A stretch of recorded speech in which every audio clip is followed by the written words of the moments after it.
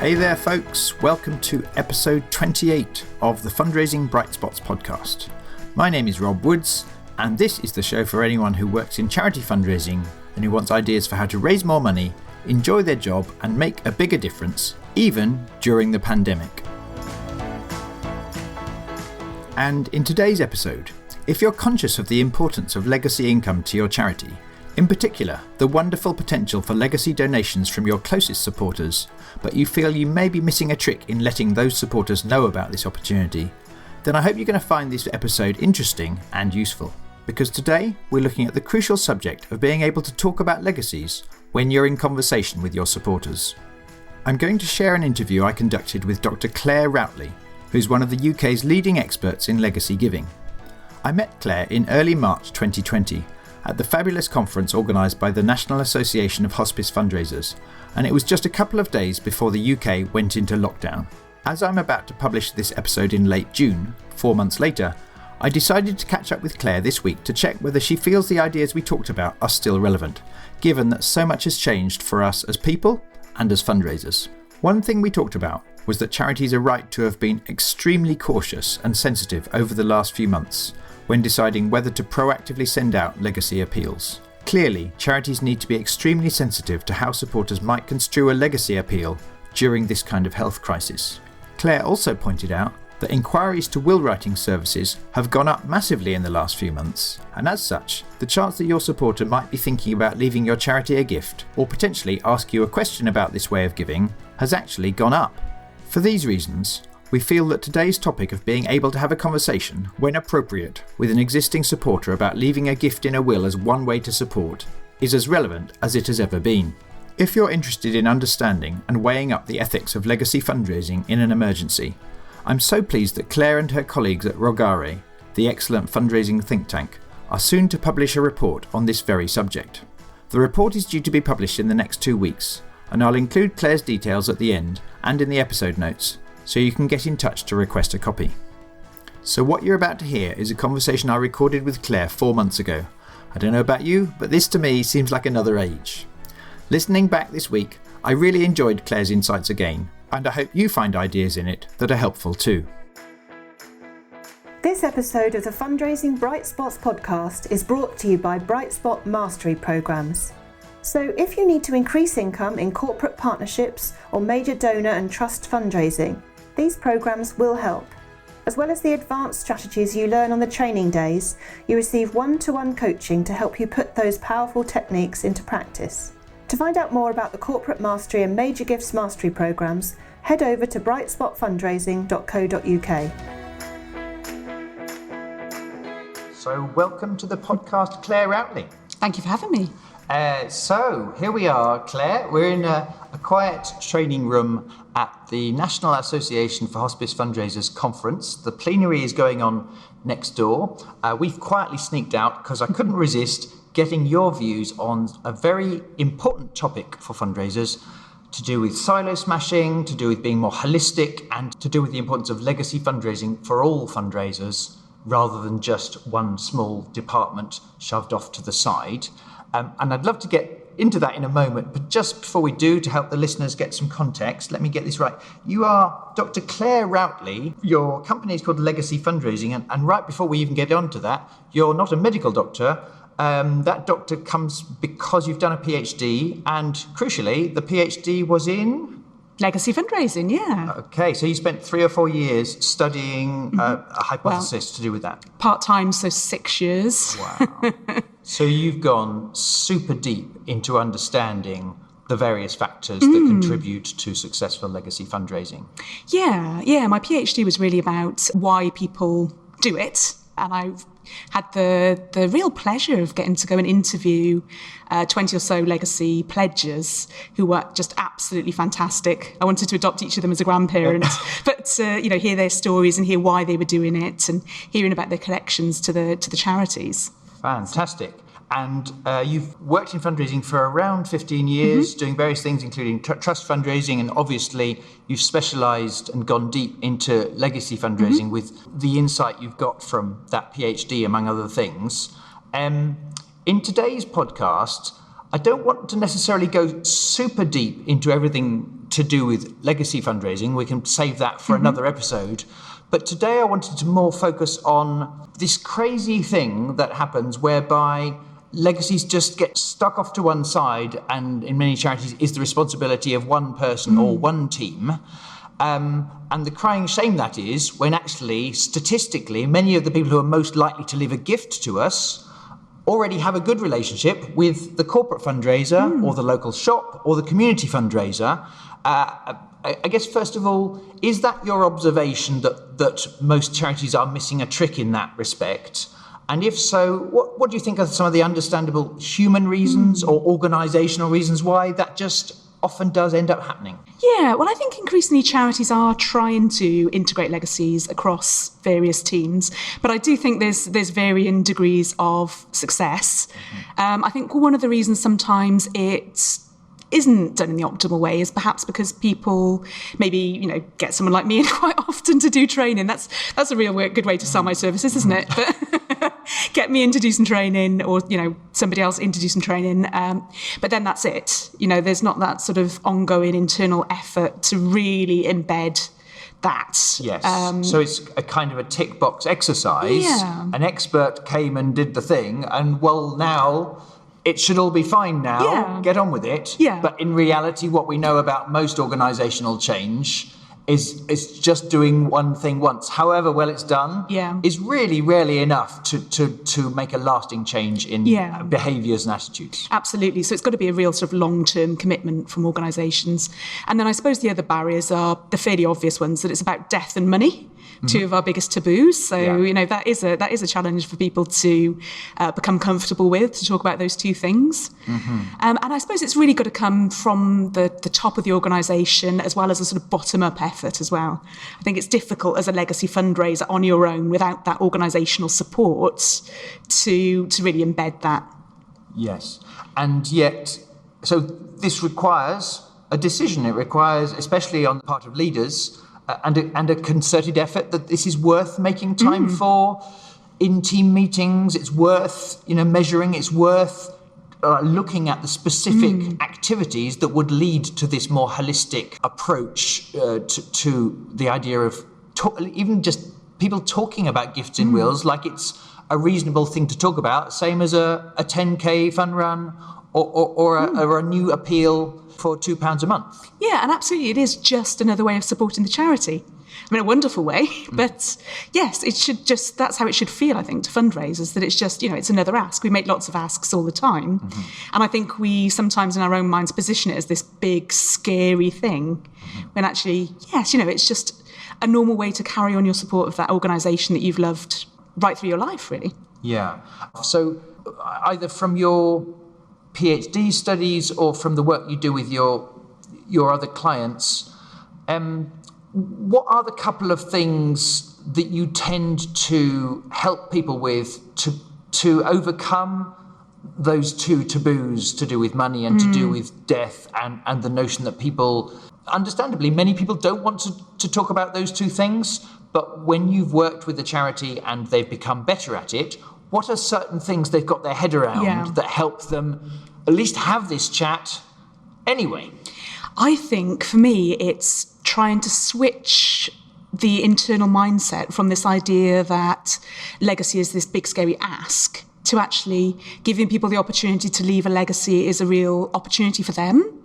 So, I mean, there's bags and bags and bags of research that basically says we are all, as individuals, motivated to leave a legacy in the broader sense of the word. I'm doing air quotes, which doesn't really help on a podcast, does it? But, we really want to leave something behind us, that we've got this really strong need to create this sort of sense of symbolic immortality for ourselves. And some people do that through having kids. Some people might do it through writing an opera or an epic poem that echoes down through the ages. But, not that many of us can necessarily do that. And I guess this is getting pretty big, existential. Pretty quickly, We're going existential. But it really comes down to what is the meaning of life? Why am I here? Oh, even? yeah. This is why I love legacies. There must be more to it than me working hard on my job 9 to 5 until Friday, and then trying to be a good parent and have good time with friends and family at the weekend. When people have mini or major crises, often it comes back to what is the point? Yeah. What is the meaning of life? And one way we can find greater meaning is that, we made a difference somehow. Yeah, absolutely. And as I was saying, not that many people can do that through writing the opera or, the poem that will echo through the ages, but pretty much everybody can leave something, whether that's a few £100, a few £1,000, to a charity that is going to have that impact on other people's lives, that is going to make a difference. So I just think, actually switching our mindsets to think about, I can give somebody the opportunity to achieve symbolic immortality. That is pretty amazing, isn't it? And it starts to feel then like it's almost a duty to ask people about legacies because I'm giving this amazing gift to them. Yeah. So I think that's the key mind switch for me. Yes, and framing it that way, why would we not at least talk about it? Yeah. It doesn't have to be an overt, proactive ask that does or doesn't lead to a decision today, but at least drip, drip, drip for charities to be proactively willing to include this in various conversations rather than just the legacy mailings that happen from that team over there, especially, crucially, with the people who already volunteer in your shops, who already run the marathon for you every single year. If they care that much to do that, those 26 miles of pain and the extra hassle of collecting the sponsorship, it's kind of weird that we wouldn't also at least let them know about this other option for making a difference and being remembered for making a difference to a cause that is very important to them. Yeah. And there's some research that it always sticks in my mind. It says that people who feel there's no one to leave a legacy to, or, they can't pass something on, can actually feel this sense of sort of existential despair. So again, it's a precious gift that we're giving to our donors, really. And I wanted to just get a couple of top tips, really, that when you train a team to be more willing to, as a corporate fundraiser, mention that to your supporter, or a community fundraiser. I'd love your 2 or 3 of the tips that you think are important and you help people get their head around. Yeah. One of the ones that I remember being, in fact, you just mentioned it to me just before we came into the interview, and you reminded me, was this is the only kind of fundraising where someone doesn't have to give you any money now. Yeah. Even if the conversation goes really well and they say, yes, I want to help, it costs them not a single penny. Actually, you're just asking them to make a decision today or the next time they talk to their lawyer about their will, rather than having to get their hand in their pocket. And there's something very helpful and powerful about that, we have found. Would you just speak to that idea, and then any of the other little tips that you found can help someone be more brave to talk to their kind of supporter who until now has not been a legacy supporter, they've been a marathon runner or whatever? That one, and any other tips that occur to you? Well, I think it's an incredibly gentle ask we make of people, actually. So because, making a will and thinking about how you're going to dispose of your estate and all those sorts of things, that's quite a long-term decision. So, even if I was to march up to lots of donors, look them in the whites of their eyes and go, right, will you give us a gift in your will? Most of them just won't be able to say yes, no at that point anyway. So I think all really we want people to do is to maybe commit to thinking about it. As you said, next time you're thinking about this, or next time you visit your lawyer, just please think about it. And I think that's really important because, again, we know that only 6% of the population ultimately leave a legacy gift. And so it's not yet a social norm. And so I think very often when people are going to make a will, you've got 2 kids, 50-50 down the middle, done. And it just doesn't even get into their decision set that they might leave a gift to charity, unless sometimes maybe they haven't got children or they've got tax implications or those sort of things. And, as we were saying, most people, though, could do it. They could do a couple of percent, or they could do a few £100. Most people would have the capacity to do it. And yet I think it just doesn't get into their decision-making set. So if we can just get more people to say, that's something I'll think about.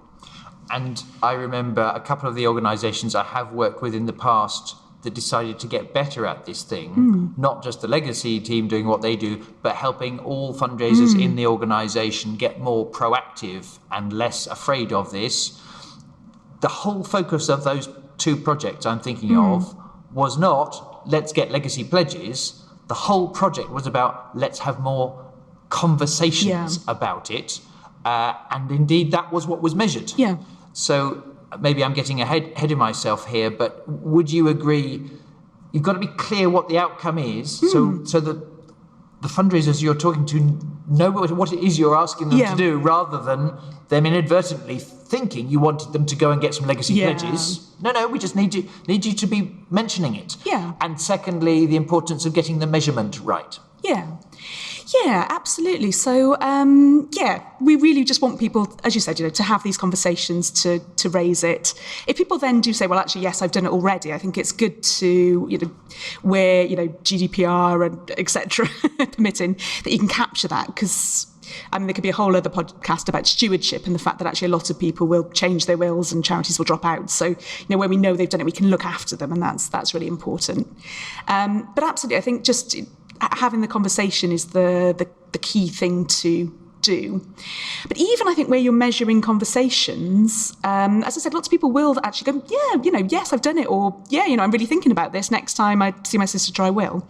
And so I used to do it with a brilliant major donor fundraiser called Robert, and he used to do quite a lot of work on the telephone, talking to our various donors, and he got into the habit, always good, of pretty much every call, he would say something like, have a look at the database, see how long they've been supported, and say, did you know you've been supporting us for 15 years? That's absolutely amazing. Did you know there's a way you can carry on that support, after you're gone, I think is maybe how he phrased it. And just by saying that, over about 6 months, if you assume that everyone he spoke to was given our sort of average legacy, we calculated that there's more than £1 million he either raised or identified in legacy gifts, just from that little phrase being added into the conversations he was having already. That's amazing. So, and again, it's all about getting the process right, the habit right, knowing that plenty of times you'll do the right thing and it won't necessarily get a result, or even if it did, you won't necessarily know.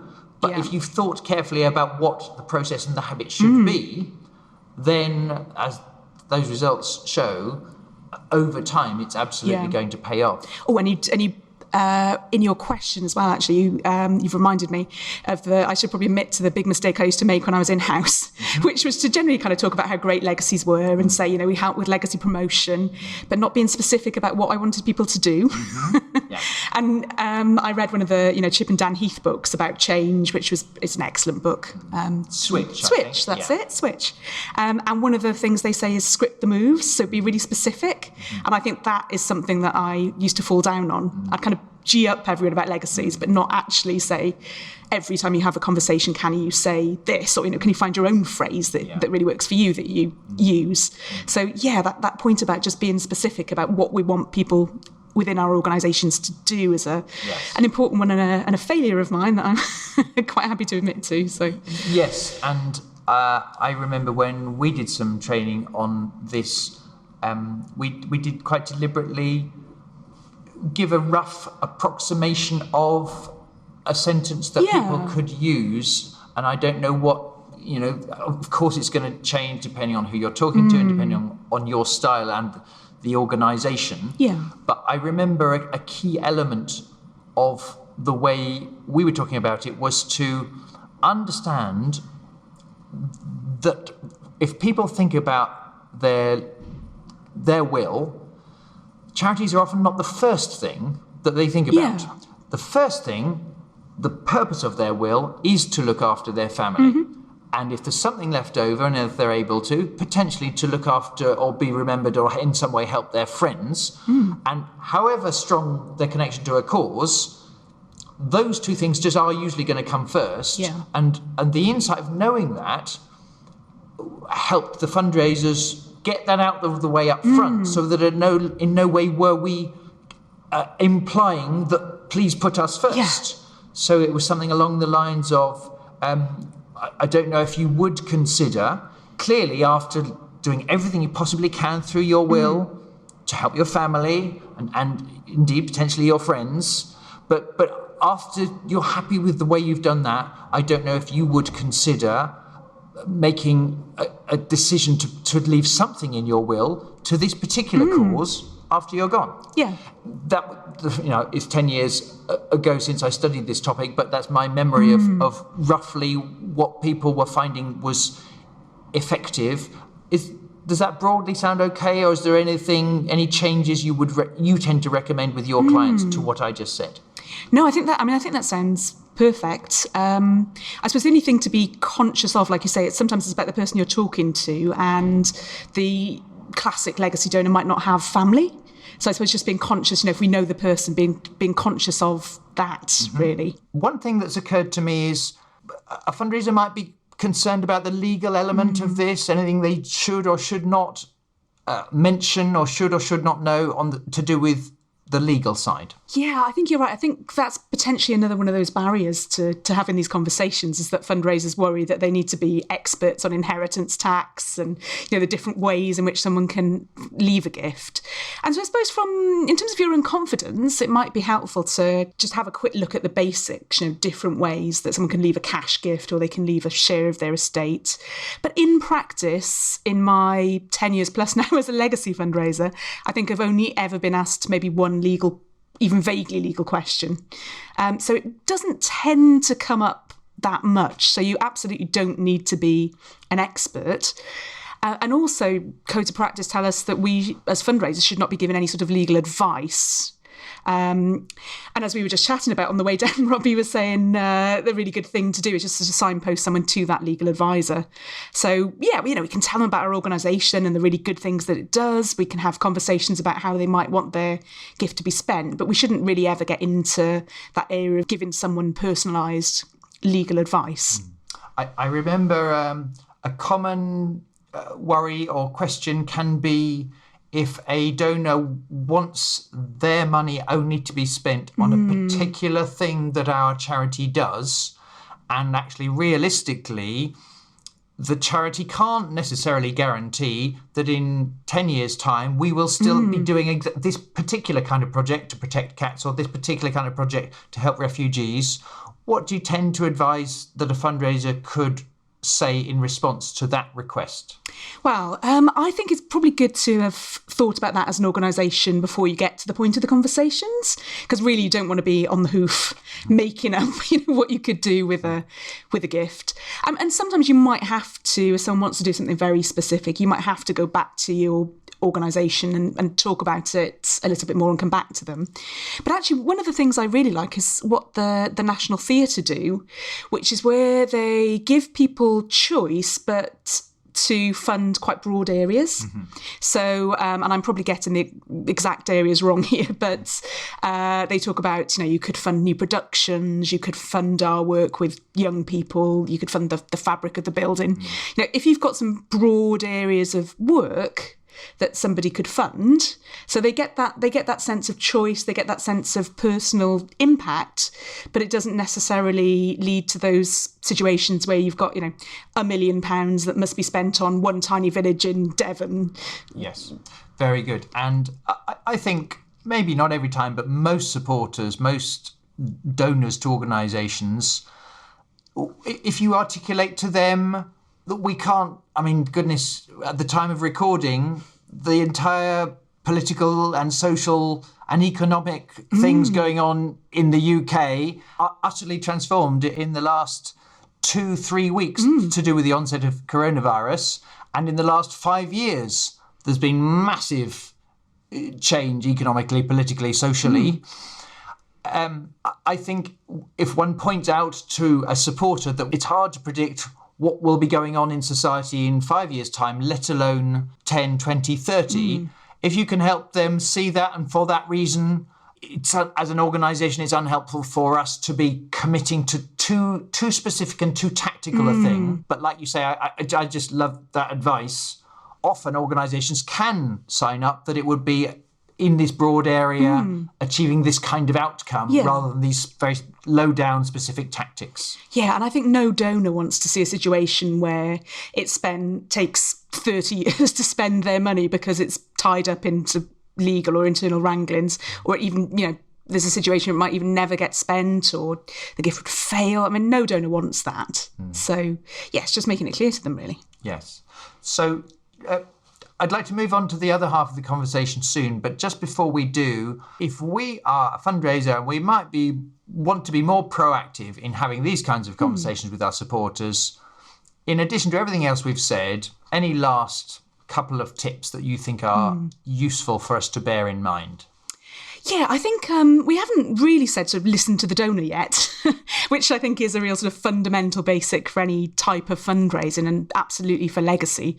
So, there might be certain things that a donor says to you that just make you think, well, they're in, the perfect place to be thinking about this. So, it might be something like, I'd really love to support your work, or I'd love to do more, but I'm on a fixed income and I can't up my donation. Well, that person potentially is a perfect legacy prospect.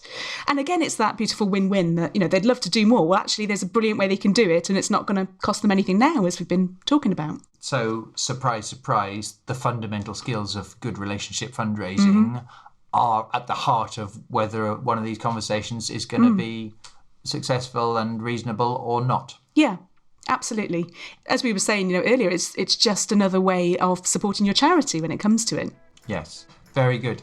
So, Claire, thank you so much for appearing on the podcast, and I'm looking forward to another conversation very soon about this other notion of silo smashing. But for now, Dr. Claire Routley, thank you so much. Thank you. Goodbye. So there you go. I hope you found Claire's insights and tips helpful. To find out more on this subject, do check out the excellent book Legacy and In-Memory Fundraising, which Claire co-edited with Sebastian Wilberforce. I'll put a link to that, as well as a summary and transcript of the ideas we discussed, in the episode notes, which you can find in the blog and podcast section of our Bright Spot Fundraising website. And if you found my discussion with Claire helpful, it would be fantastic if you could take a moment to leave a kind review wherever you get your podcasts, which really helps other fundraisers to find this resource. And if you want to get in touch, we'd love to hear from you. We're both on LinkedIn, and on Twitter, Claire is at ClairieJaneR with a capital J for Jane and a capital R at the end, and I'm at Woods_Rob. Claire's website is legacyfundraising.co.uk, and as I said at the beginning, if you'd like a copy of Rogari's upcoming report on the ethics of legacy fundraising in an emergency, which Claire co-authored, do drop her a note and she's happy to send it to you for free. If you'd like more ideas to help you succeed during the pandemic, then please do check out my new ebook, Power Through the Pandemic, which gives 7 key strategies to help you raise money, even now, through major donors, corporates and trusts. You can download it for free from brightspotfundraising.co.uk/power. Until the next time, stay safe and good luck with all your efforts to make a positive difference.